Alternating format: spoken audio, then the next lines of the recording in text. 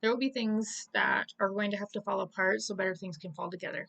That is kind of where we're at right now in 2023. There have been things that have happened across the globe. There are things that are happening in governments. There are people that have had enough for good reason. With the evolution of consciousness that's happening, this is a big part of it. Things have to fall apart before they can get better. But what we ask you is to make sure you can still see the light at the end of the tunnel. Do not get wrapped up in the darkness. Don't get wrapped up in the things that are being said. Breathe. In the moments you need it most, breathe. Be present with who you are in this body, here and now.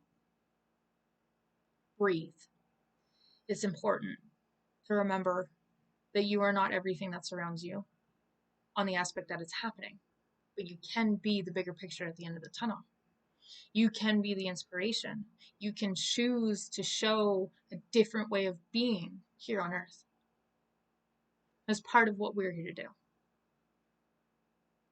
Be the flashlight for people on the other side. To be a living proof that you can change your life completely.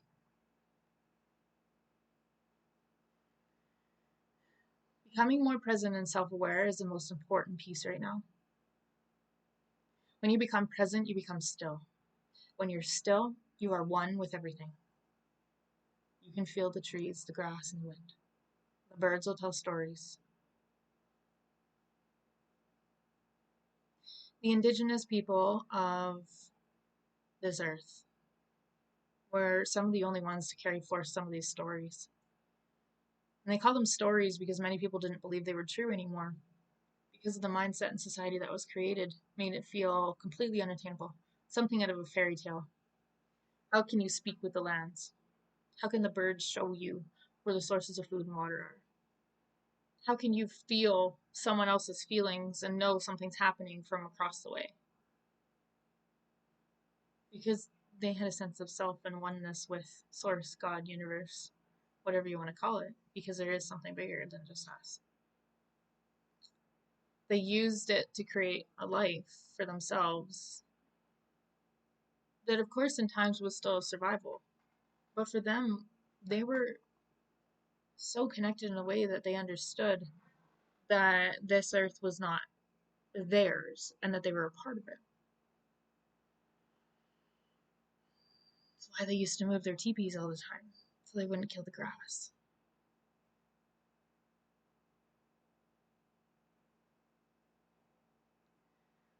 Being present is so important. Now, a lot of the times people say, oh, well, you have to meditate to be present. No, you don't. Meditation is very helpful to get past our own mind and our ego, to receive information, to give our bodies a rebalance. But meditation can be done in very different ways for many different people. You don't have to just be sitting cross-legged and going to meditate. There's a lot of different ways of doing it.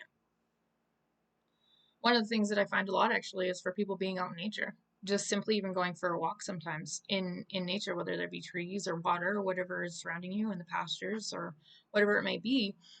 For another friend, I know for her, it's actually riding her horse through the pastures and becoming still and being present as one with the horse, but also the lands as she rides. There are other people that working in a garden is really meditative for them. Meditation is a piece of becoming still within your mind so your thoughts aren't overrunning you anymore. That's being present.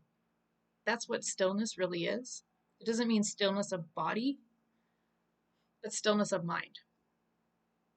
And sometimes for people, they do have to have a stillness of the body for the two to, connect and be still.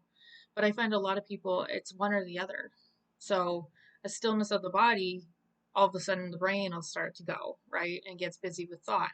Whereas if the body's moving, the brain becomes still because it's focusing on moving body. So and then which there is no thoughts. And that a stillness is created. If the unknown scares you, it's just because your comfort bubble is here. The unknown's all around you. Just step out of the comfort bubble. The ego goes, "Oh, we might die," right? It's not true, of course, but back in the day when we were in survival mode, sure, our ego was very helpful and fear was very helpful because a lot of the times we were fighting for our lives on a daily basis. But now, fear can be created from the simplest of things and it can be paralyzing. So becoming still and present in self in that moment allows us to see past that, allows us to see ourselves for who we truly are, which is light and energetic being. It gives you the reconnection that so many of us need right now. We need to feel whole again.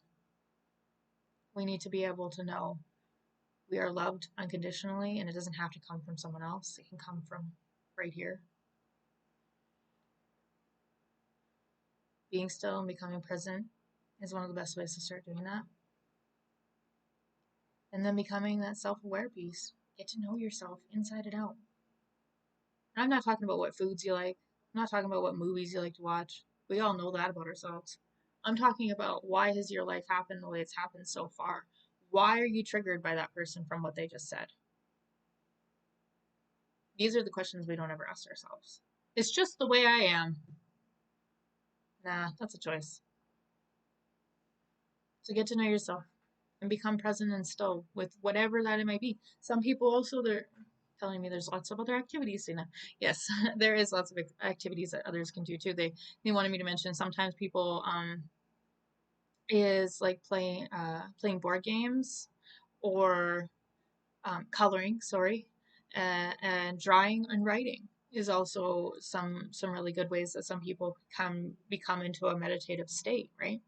So test out some stuff for yourself if you don't know what that is. And what you're looking for is a quiet mind. That's how you know you've become still enough and being put you put yourself into a bit of a meditative state is when the mind becomes still. And when I'm talking about a still mind, it means not 600 thoughts coming through, not feeling like you should be doing a to-do list or doing something else, or thinking about 600 million things. If you find yourself going down a rabbit hole of information, and you can't stop it, that's still a busy mind. If you're going down a rabbit hole of information, but you could still choose to turn it off, I almost guarantee you that's downloads. That's not actually your brain telling you things. That's your intuition talking to you. So give it a test. Find out what stills your mind for you and make sure you incorporate that into your week at least 2 or 3 times in a week. And I've upped this number. It never used to be that much, but it's an urgency for many to remember that you're on a journey here, and we want we want to see you succeed. We want you to get on the boat and be able to lose the resistance. So being able to become still helps with all that. So much love, dear ones.